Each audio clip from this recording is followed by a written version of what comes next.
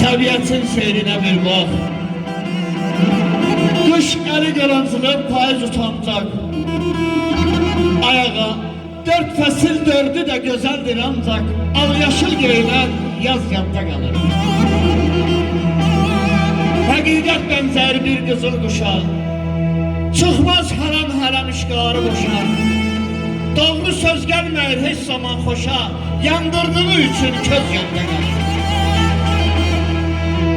Tikeni iştahla yeyesen gerek, paltarı istəklə geyəsən gerek, deyəndə kəsərli deyəsən gerek, kəsərli deyilən söz yadda qalır.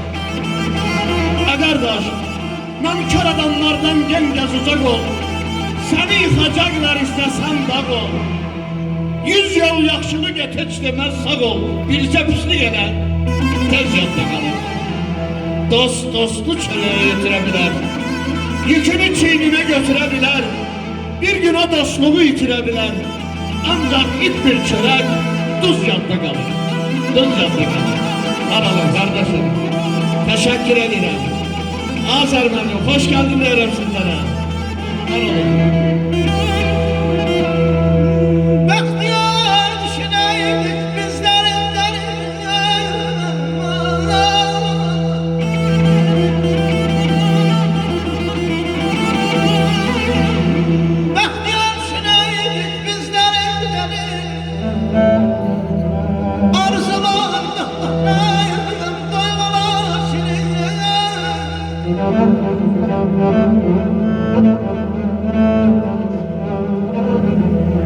Asıl sanatkar, asıl şair,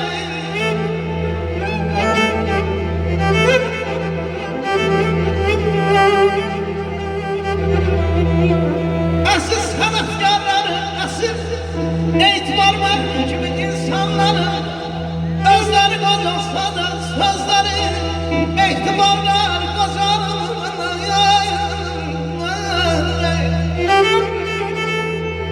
Min cürə peyvənd vur, min cürə calaq. Kök öz köklüyündə cür qalacaqdır. Uzağın olsaq da millətlər tacı, vallah yeri gəlsə heç olacaqdır. Atı o teyləmir qızıldan yəhər, İlan da torpaqdan götürür zəhər. Yüzüllər ilə viran olunan şəhər bir gün şəhər kimi ucalacaqdır. Brilyant olsa da qarğa yuvası, adı ki qarğadır, adır mənası. Meydanda döyüşdə qartal balası, yenə qartal kimi döyüşəcəkdir. Yenə qartal kimi döyüşəcəkdir.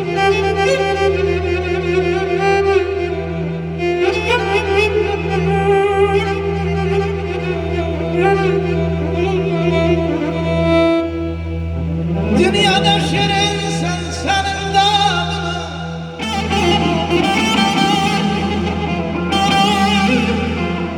dünyada şirin sen senin damını, duymayan da yazık, duyan da yazık.